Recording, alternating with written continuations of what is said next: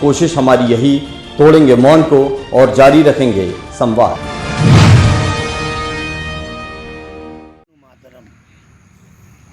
हमारा भारतवर्ष प्राचीन काल में आर्यावर्त के रूप में विश्व विश्रुत रहा है। भारतवर्ष में जीवन जीने के महत्वपूर्ण सूत्रों का विस्तार भारत के ऋषि मुनियों के चिंतन और शोध के द्वारा हुआ है। उसी का एक पक्ष है कि हम प्रकृति के मध्य रहने का हमारे पूर्वजों का अभ्यास रहा है और इसके साथ साथ गोवंश के पालन और संरक्षण की हमारी स्वाभाविक अभिरुचि रही है। वर्तमान समय में हमारे देश में गोवंश की संख्या भी घटी है और गोवंश के पालन की अभिरुचि में भी कमी देखी गई है। इसके कारण शासन, प्रशासन और सामाजिक स्तर पर एक व्यापक जन जागरण अभियान और जागरण अभियान के साथ साथ भारतीय गोवंश के संरक्षण की विभिन्न प्रकार की विधाओं का विकास शासन स्तर पर, प्रशासनिक तंत्र के द्वारा और समाज में जन जागरण के माध्यम से विकसित करने का संकल्प आधुनिक भारत के वर्तमान ऋषि मुनि, साधु संत, महात्माओं के द्वारा चलाया गया है। जहाँ गायों को पालने का और संरक्षण का चिंतन हुआ करता था, वहीं आज गायों को अपने घर से हाँकने का, बाहर निकाल देने का एक प्रचलन बड़ी तेज़ी के साथ बढ़ा है। इसका दुष्परिणाम ये है कि गोवंश भी संकट में है और गोवंश के कारण भारतीय जनजीवन भी अस्त व्यस्त होता दिखाई पड़ रहा है। मैं मध्य प्रदेश के संदर्भ में कहना चाहूँगा कि देश में जो हमारा पालतू गोवंश है, घरों में पाला जाता है, उसकी भी गणना होती है पशु संगणना के नाम से। और इस वर्ष 2 वर्ष पहले जो पशु संगणना हुई थी, उसके परिणाम सामने आए हैं कि आज जितना गोवंश हमारे देश में उपलब्ध है, उसका सर्वाधिक गोवंश मध्य प्रदेश में है। और मध्य प्रदेश में सर्वाधिक गोवंश होने का बड़ा कारण है कि गोवंश का समुचित आहार जो जंगल में प्राप्त होता था, वह जंगल भी मध्य प्रदेश में 95,000 वर्ग किलोमीटर का है। इतना बड़ा विस्तृत जंगल भारत के अन्य राज्यों में नहीं है। इसलिए गोवंश के संरक्षण की, संवर्धन की और विविध प्रकार के गोवंश से संबंधित आयामों के विकास की संभावना मध्य प्रदेश में सर्वाधिक दिखाई पड़ती है। और यही कारण है कि मध्य प्रदेश सरकार ने 5-7 विभागों को मिला करके गो कैबिनेट की रचना की है और उसके माध्यम से मध्य प्रदेश में गोवंश के संरक्षण के विभिन्न प्रकार के उपक्रम प्रारंभ हो गए हैं। हम जब गायों के संबंध में विचार करते हैं तो अनेक प्रकार के पर्व गायों से संबंधित हमारे देश में जुड़ते गए हैं और इन पर्वों का भी एक अपना इतिहास है। सतयुग के बाद त्रेता और द्वापर में तो गोवंश को लेकर अनेक प्रकार के पर्वों की संरचना हुई है। विशेष रूप से हम कलयुग के मनुष्य द्वापर के बहुत निकट हैं और द्वापर में गोचारण जैसा व्रत धारण करने वाले द्वापर युग के महानायक भगवान कृष्ण वो युग पुरुष के रूप में हुए हैं। और उनका जन्म जहाँ एक और कारागार में हुआ है, तो वहीं उनके नामकरण का संस्कार गौशालाओं से प्रारंभ हुआ है और फिर उनके जीवन में गौशाला, गोवंश और गाय से संबंधित गोचारण की महत्वपूर्ण विधा भी जीवन भर जुड़ी रही। इसलिए उनका नाम गोपाल हुआ।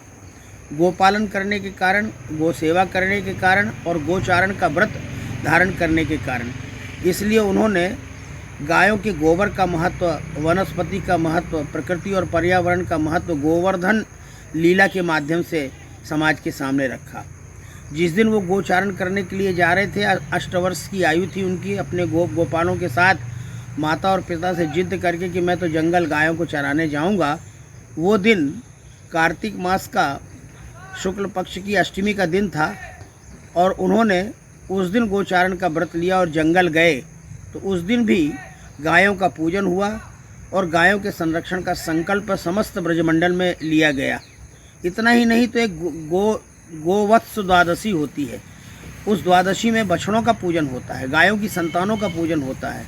तो इसलिए एक सूत्र फिर हमारे सामने आया कि गोवंश कभी भी अनार्थिक और अनुपयोगी नहीं होता।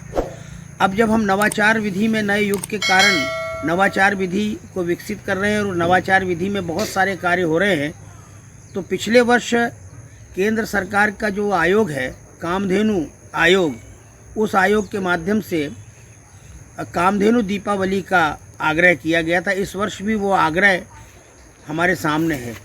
मध्य प्रदेश की जितनी भी गौशालाएं हैं, और इस समय तो गौशालाओं का प्रदेश मध्य प्रदेश कहा जाता है। 3000 लगभग गौशालाएं, उसमें भी 627 सक्रिय गौशालाएं जो पहले से रजिस्टर्ड थीं। इन गौशालाओं के साथ 5-5 एकड़ भूखंड गोचारण के लिए संबद्ध किया गया है। तो हमारा आग्रह है कि गोपाष्टमी का पावन पर्व, जहां मध्य प्रदेश में गोवंश की बहुलता है, जहां मध्य प्रदेश में गायों का भोजन जंगल में और जंगल का आहार गायों के पास है, इस प्राकृतिक समीकरण के आधार पर काम करने की योजना बनाई जा रही है। और गोवंश को सड़कों से गौशालाओं में लाने का, गो अभयारण्य में लाने का, गोवंश वन्य विहार में लाने का जो उपक्रम प्रारंभ हुआ है, मुझे लगता है कि इस वर्ष मध्य प्रदेश के लोगों को तो कामधेनु दीपावली के माध्यम से गौ माता के महत्व को घर घर तक पहुंचाना और आज की नवोदित पीढ़ी के बीच में रखना, ये प्रमुख कार्य होता है। इस दृष्टि से मैं सब लोगों से अपील करता हूं कि गाय के गोबर से जितने भी प्रकार के उत्पाद, जिसको हम काउ प्रोडक्ट कहते हैं, उन उत्पादों की ओर हमारा ध्यान जाना चाहिए। जैसे दीपावली में दीपक जलाया जाता है, तो मिट्टी का दीपक तो ठीक है, वो हमारा पारंपरिक दीपक है, लेकिन नवाचार विधि के माध्यम से हम गोबर का भी दीपक बना सकते हैं। और उसकी एक विधि, उसका विधिवत प्रशिक्षण दिया गया, ऑनलाइन प्रशिक्षण दिया गया है। तो हम आग्रह करें और आग्रह रखें मन के अंदर कि इस बार की दीपावली में हम गणेश की पूजा या दीपावली में लक्ष्मी की पूजा करेंगे, तो गोबर से बनी हुई मूर्ति लक्ष्मी की और गोबर से बनी हुई गणेश की मूर्ति, और शुभ और लाभ के चिन्ह भी गोबर से बनाएं, स्वस्तिक के चिन्ह भी गोबर से बनाएं। और इस प्रकार से जितने प्रकार के गो उत्पाद जो गौशालाओं में तैयार हो रहे हैं, उसके माध्यम से हम गो कामधेनु दीपावली मनाएंगे, तो उसके 2 लाभ होंगे। एक तो हमारी पारंपरिक विधा का संरक्षण होगा, और इसके साथ साथ गोपालन की अभिरुचि भी जागेगी लोगों में। और गाय के महत्व को जब गोपाष्टमी के दिन हम रेखांकित करेंगे दीपावली के बाद, तो लोगों से कुछ संकल्प भी दिलाएंगे कि हमारे देश में भोजन करने के पहले 1 रोटी गाय के लिए निकाली जाती थी, जिसे गोग्रास कहते थे। अब गौशालाएं इतनी बन गई, तो गौशालाओं के संचालन का काम सरकारों का नहीं है, सरकार ने अपने हिस्से का काम कर दिया है, लेकिन गौशालाओं के संचालन का काम अंततः समाज का ही है। और इसलिए समाज के लोगों को भी संकल्प लेना चाहिए नवाचार के अंतर्गत कि भोजन करने के पहले हम 10 रुपये की राशि निकालें, और 365 दिन जब गोपाष्टमी के दिन पूरे हों, तो हम अपने हिस्से का 10 रुपया, माने वो संग्रहित होकर के 3650 रुपये होगा। और कल्पना करें कि अगर मध्य प्रदेश के 1 करोड़ लोगों ने इस नवाचार विधि का पालन किया, तो 3650 करोड़ की राशि हम गौशालाओं में सहज रूप से अपने गोग्रास के माध्यम से पहुंचा सकेंगे। इसलिए गायों को भोजन का, आहार का भी कोई कष्ट नहीं होगा, और हमारी दीपावली भी सार्थक होगी, और हमारे पर्वों को नवाचार विधि के साथ पुनर्स्थापित करने का आपको अवसर मिलेगा। मैं मध्य प्रदेश के महत्वपूर्ण दायित्व का इस समय निर्वहन कर रहा हूँ। पशुपालन डेयरी विभाग का महत्वपूर्ण उपक्रम है मध्य प्रदेश गोपालन एवं गौ संवर्धन बोर्ड। उसका प्रथम सेवक होने के नाते मैं प्रदेश की अनेक गौशालाओं में जा रहा हूँ, और उन गौशालाओं में विशेष रूप से पहुँच करके जहाँ मैं गौ उत्पाद देख रहा हूँ, उससे प्रेरित होकर के मैं अन्य लोगों को भी प्रेरणा दे रहा हूँ कि गाय कभी भी समाज का बोझ नहीं होती, बल्कि गाय तो हमारी उपकारक प्राणी है।